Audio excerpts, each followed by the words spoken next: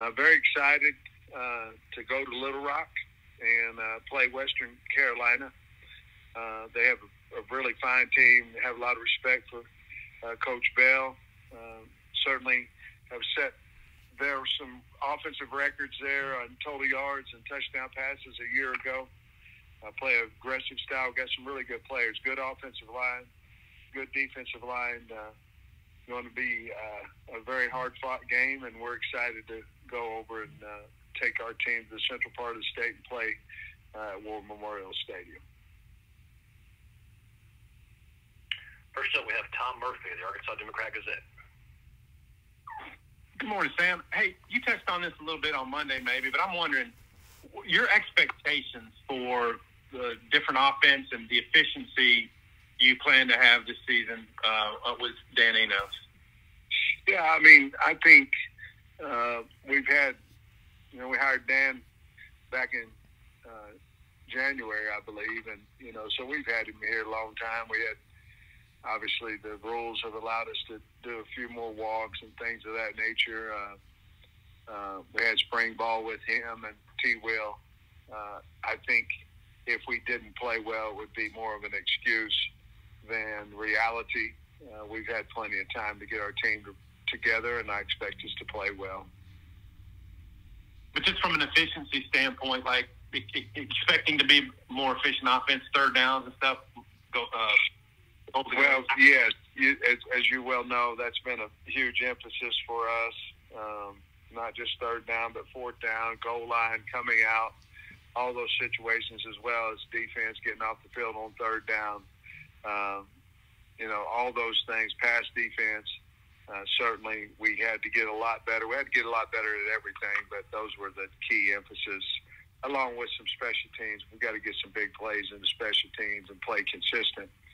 And so all those, yes, they all have been emphasized for us, and hopefully it pays off for us. Obviously, if you emphasize something, it usually does.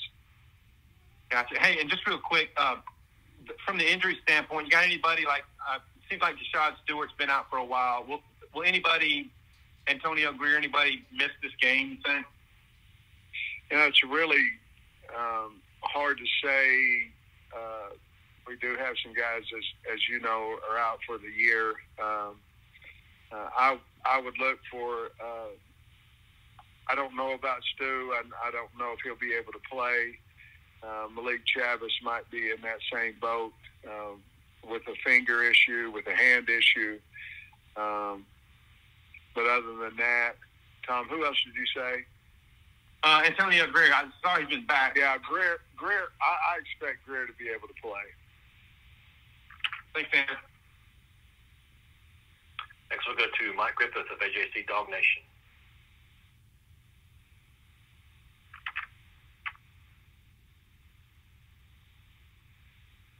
Mike, are you there? Yes, thank you. Coach, I wanted to ask you an NIL question. I know recruiting never stops, and you're obviously regarded as one of the best in this area in the country at all your stops and now at Arkansas.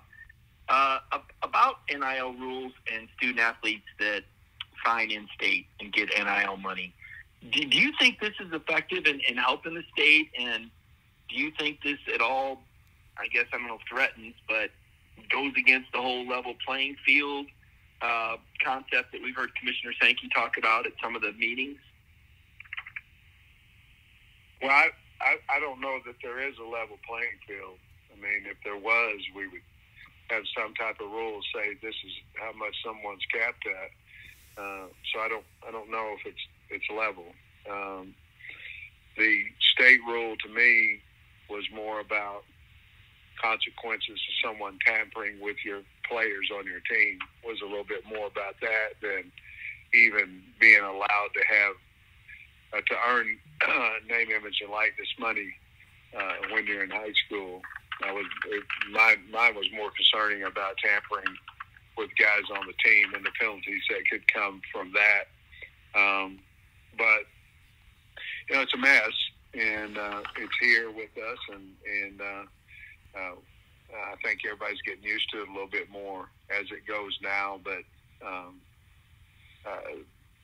I'm all for the kids to be able to earn money off of their name, image, and likeness. But I don't think there's anything level about it. If I could follow up with a quick question, Coach. We've seen that the Big Ten has legislated that availability reports come out a couple hours before kickoff in the interest of maybe curbing some of the gambling activities or discouraging people from maybe pressuring student athletes for availability reports on their teammates or relatives, etc. Would that be something that you think that the SEC should look at adapting? I know that Brian Kelly at LSU is doing that currently. Well, personally, it wouldn't bother me. I mean, if they want to know exactly what our injury report was, I mean, you're going to find it out before the game anyway. If you come to if you're at the game, you're going to find out because you're going to see who's suited out and who's not, and who's limping and who isn't. But I mean, I understand that, and if it would help our players not get needled for information, I'd be all for it. Thanks, Coach.